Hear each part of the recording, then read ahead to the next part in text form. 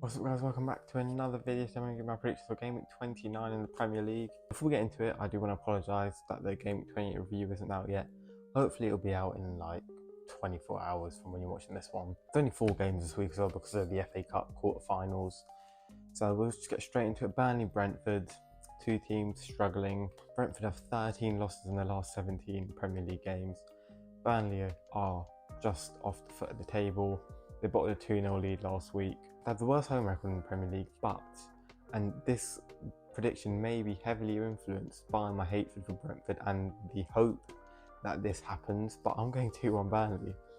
They have to win a home game at some point, right? And Fofana looks phenomenal. Since he's joined, he's been really good. He scored 2 on his debut against Fulham, another West London club. So, you know, do it against Brentford as well, lad. Come on.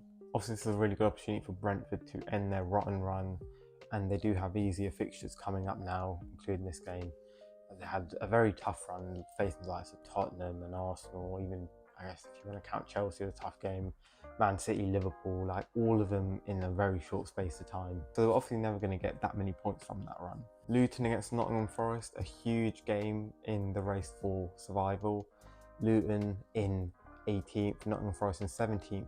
3 points separates them alongside the 2 goal difference, which means if Luton win here, they would overtake Forest because they've scored more goals. Again, I might just be using a bit of hope, but I think Forest are going to do it. I'm going 2-1 to Forest. I think in terms of quality, they've got more. You know, the attack is very good. Luton are very prone to mistake at the back, and at home they play really well, but they just can't get the results. They always seem to lose by a goal. It's happened so many times this season. Usually it is against one of the top teams this happens, but I think Forest do need to win this game. If Forest are going to get a points deduction, they need to win this.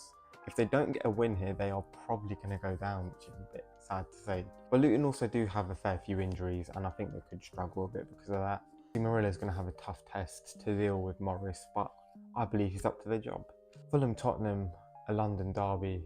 I've gone with a 3-1 Tottenham win. I just can't see Tottenham not winning. The team is so strong when they're all fully fit. Van der Ven will probably miss this game, but Dragusin can come in. He's a very decent backup player. Aerially dominant, which could be key against Muniz, who has scored a few headers this season. I'm expecting Palhinha to be back in the Fulham team for this. He hasn't actually played the last few games, but I think in this sort of game, when Tottenham have James Maddison, who I believe is the second best attacking midfielder in the world, you kind of need your star players to be playing. I do think Fulham will score though, because they do have a very good home record and Tottenham do concede quite a lot, but I don't expect them to get anything. West Ham against Aston Villa, claret and blue derby. West Ham overturned a 1-0 defeat in the first leg of their Europa League last 16 matchup against Freiburg and beat them 5-0 at the London Stadium.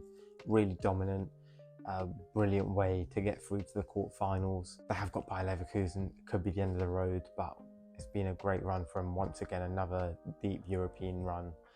And as for Aston Villa, they drew 0-0 with Ajax and then won 4-0 at home as well. So both sides got very good home results in Europe.